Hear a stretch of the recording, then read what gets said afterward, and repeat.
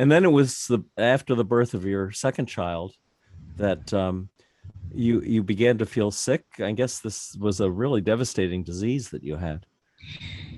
Yeah, so when I when I had Vincent, just through the whole, all those years being just in such a state of fear and being in a relationship with their father that wasn't healthy, it created a lot of negativity in me, a lot of ups and downs during that time. And so by the time I was in my early 30s, after I had my child, I had a issue with joint problems. 5 months after Vincent was born, I could not move my arms or stand. It was very difficult to walk. I had a inflammation of the tendons. I had MRIs done by the orthopedist. I was seeing an orthopedist at the time, and he couldn't understand what was going on because it's not very common for somebody to have tendonitis in every joint of their body. It's usually in an elbow or in a knee or in an ankle. But for me, every MRI that they did, it was showing an inflammation of the tendons of the joint. It was inflamed, and I was in so much pain. It was horrible, the pain that I was in, because I couldn't carry my baby. It was so difficult just to carry my child. Simple things like brushing your teeth, taking a shower was very difficult for me because I was in so much pain. Wow. So then one day you say you lay down on your living room couch and I guess in despair asked if there is a higher power. I need your help. And tell us what happened. So this went on for about 18 months, this whole thing with the issue with my joints. And, I was an atheist at the time. I didn't believe in anything more than the physical. I was very much drawn into just the physical domain. And so, seeing different doctors and getting all these cortisone shots and getting painkillers, and nothing was working because I couldn't function on these painkillers. It was so difficult to function.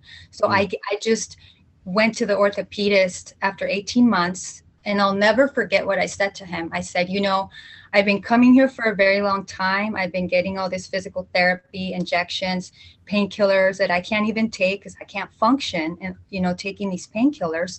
So I really just need to stop. I need to stop coming here. I need to stop wasting your time and my time too, because I have to get a ride here, and it's hard. It's difficult for people to get me here.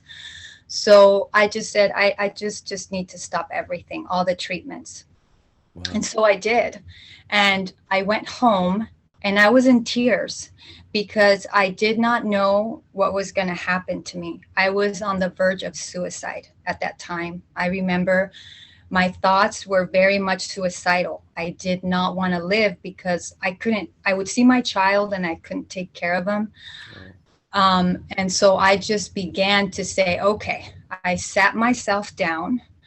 If there is a God, which at the time, again, I was not a believer, but I remember the strength in that prayer that I gave out. It was a very powerful prayer, and with the intensity of unconditional love. I remember the intensity I felt when I called out to God.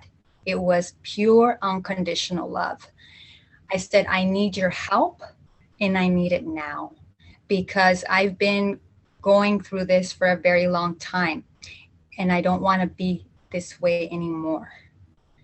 And so I sat down on my living room couch.